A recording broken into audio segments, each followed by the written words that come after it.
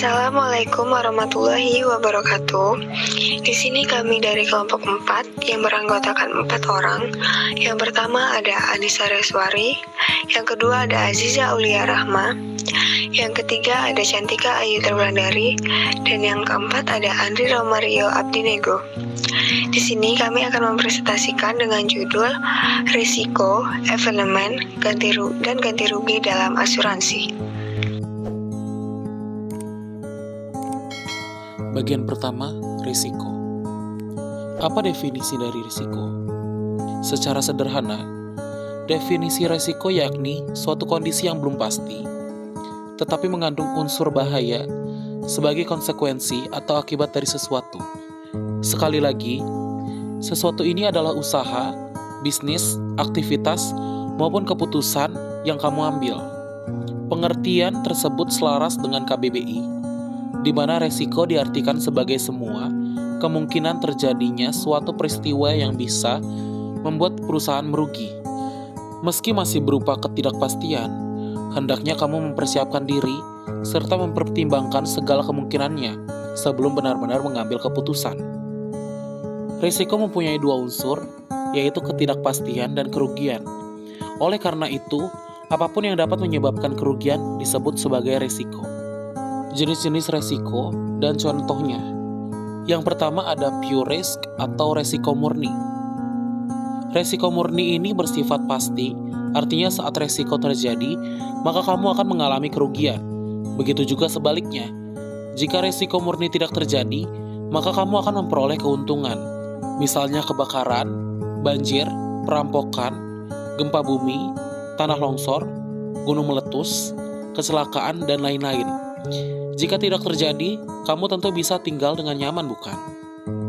Yang kedua yaitu speculative risk atau resiko spekulatif. Ada 3 kemungkinan yang akan terjadi jika kamu mengalami resiko spekulatif, yakni keuntungan, kerugian, atau mungkin break even. Adapun yang dimaksud dengan break even adalah titik impas, kondisi di mana tidak terjadi keuntungan maupun kerugian, jadi biasa saja.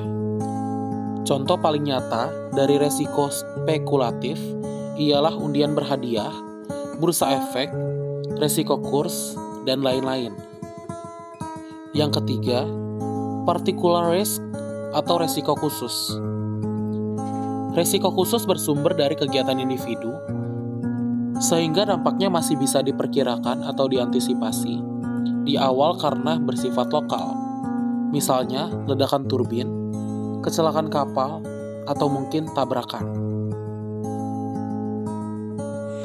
Yang keempat, ada fundamental risk atau risiko fundamental.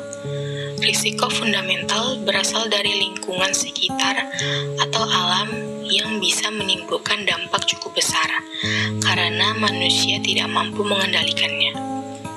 Misalnya, gempa bumi, longsor, tsunami, angin topan, dan lain-lain. Jika peristiwa tersebut melanda wilayah yang luas, maka risiko fundamental akan semakin besar. Kemudian, ada cara menghindari atau meminimalisir terjadinya risiko.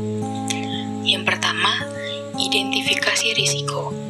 Dalam proses identifikasi, kita bisa memperkirakan dampak risiko yang mungkin akan terjadi. Lihatlah risiko tersebut dalam berbagai aspek atau sudut pandang, lalu buatlah daftarnya. Yang kedua, ada asesmen risiko. Adapun yang dimaksud dengan asesmen risiko ini ialah meranking risiko berdasarkan kerugian yang mungkin akan ditimbulkan nantinya. Fokuslah pada risiko yang paling sering terjadi atau berdampak besar. Kemudian urutkan daftarnya, lalu buat skala prioritas mengenai poin mana yang harus diberikan perhatian lebih. Dengan begitu, kita bisa menentukan sikap serta membuat keputusan. Yang ketiga, ada respon terhadap resiko. Respon terhadap resiko ini ialah cara atau keputusan yang akan diambil saat resiko terjadi. Yang pertama, ada risk avoidance. yaitu kebijakan dengan cara menghentikan aktivitas yang bisa memicu resiko. Kemudian yang kedua ada risk reduction, yaitu kebijakan dengan mengendalikan bagian intern perusahaan agar bisa mengurangi dampak. Yang ketiga ada risk sharing of transfer, yaitu kebijakan dengan mentransfer atau memindahkan dampak risiko ke pihak lain seperti asuransi, hedging, atau outsourcing. Yang keempat ada risk acceptance, yaitu kebijakan untuk tidak mengambil langkah apapun.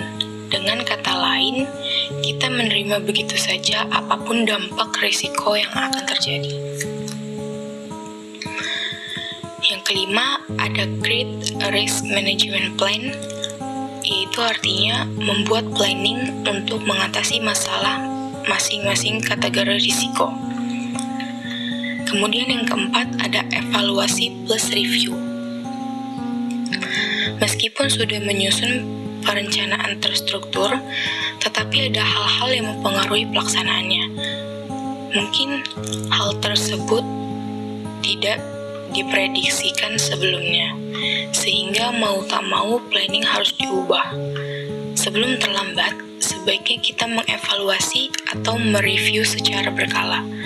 Saat risiko tiba-tiba saja muncul, kita sudah siap dengan kemungkinan yang terjadi. Kemudian selanjutnya ada evenement. Evenement adalah istilah yang diadopsi dari bahasa Belanda evenement yang artinya peristiwa tidak pasti.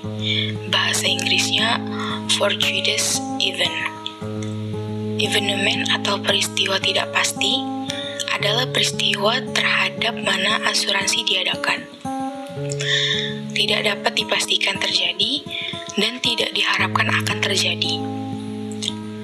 Dalam hukum asuransi, evenement yang menjadi beban penanggung merupakan peristiwa penyebab timbulnya kerugian atau kematian atau cacat badan atas objek asuransi. Selama belum terjadi peristiwa penyebab timbulnya kerugian, selama itu pula bahaya yang mengancam objek asuransi disebut risiko. Risiko yang menjadi beban ancaman penanggung berubah menjadi kerugian yang wajib diganti oleh penanggung. Kemudian selanjutnya ada ciri-ciri evenement, yaitu sebagai berikut. Yang pertama, peristiwa yang terjadi itu menimbulkan kerugian. Yang kedua, terjadinya itu tidak diketahui, tidak dapat diprediksi lebih dahulu. Yang ketiga, berasal dari faktor ekonomi, alam, dan juga manusia. Dan yang terakhir, kerugian terhadap diri, kekayaan, dan tanggung jawab seseorang. Akibat terjadinya evenement, maka timbul kewajiban kepada penanggung untuk mengganti kerugian kepada tertanggung.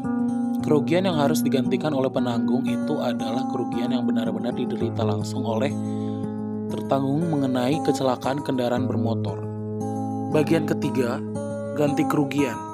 Pasal 1 angka 22 KUHP dinyatakan ganti kerugian merupakan hak seseorang untuk mendapat pemenuhan atas tuntutan yang berupa imbalan sejumlah uang. Lalu ada metode ganti rugi. Terdapat 4 metode yang bisa diterapkan oleh perusahaan asuransi dalam mengganti rugi. Biasanya metode ini telah dinyatakan di dalam polis.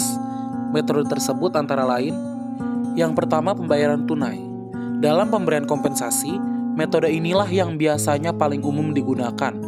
Perusahaan asuransi memberikan sejumlah uang tunai kepada nasabah yang diasuransikan sebagai kompensasi atas kerugian yang menimpa diri mereka. Yang kedua, perbaikan. Metode ini biasanya dilakukan oleh perusahaan asuransi yang menanggung kendaraan, biasanya juga memiliki biaya yang lebih rendah. Perusahaan asuransi kendaraan bekerja sama dengan bengkel yang terpercaya untuk memperbaiki kendaraan tertanggung. Yang ketiga, penggantian.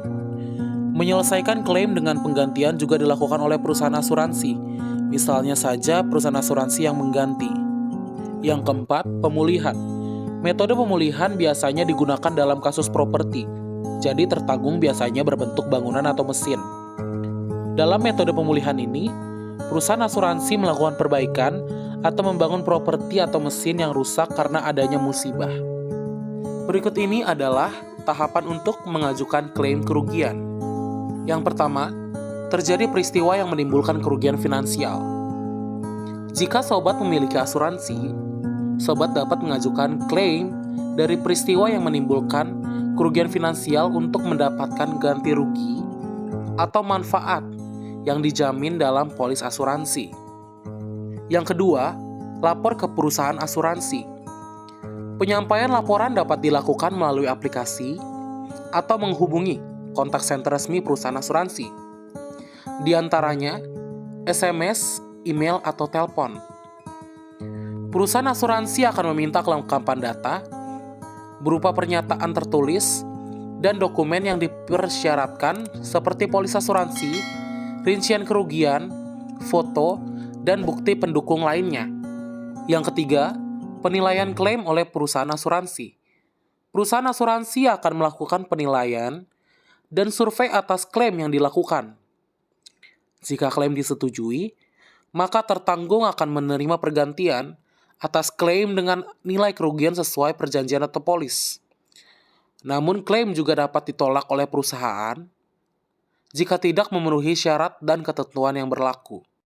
Rumus ganti kerugian adalah X yaitu jumlah yang diasuransikan dibagi dengan Y yaitu nilai benda asuransi lalu dipangkatkan dengan Z yaitu kerugian sesungguhnya.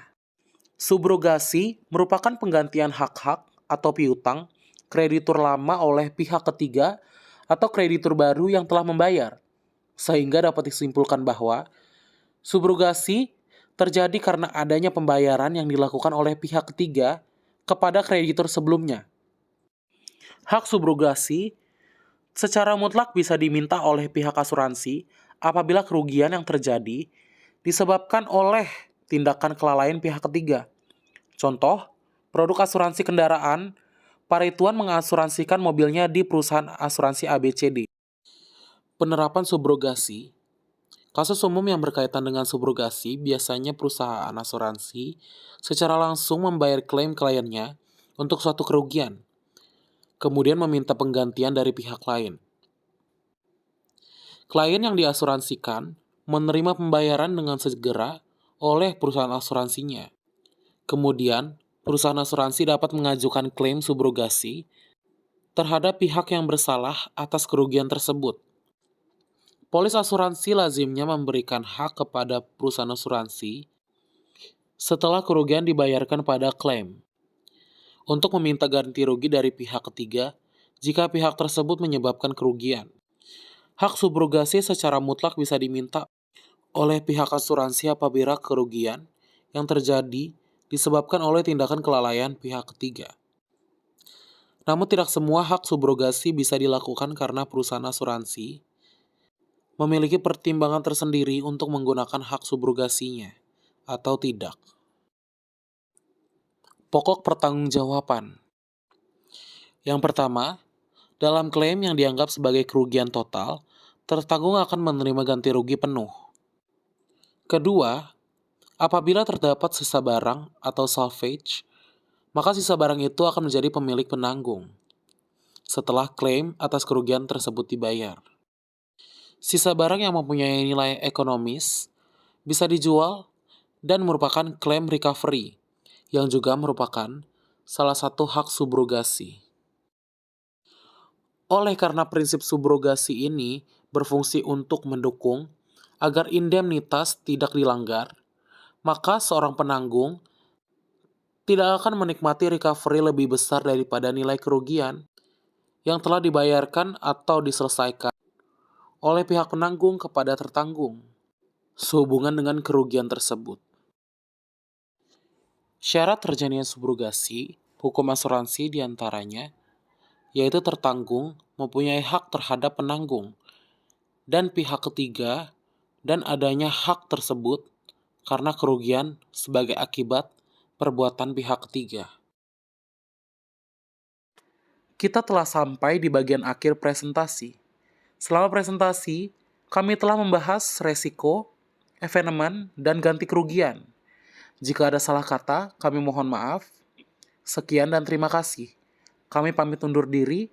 Wassalamualaikum warahmatullahi wabarakatuh.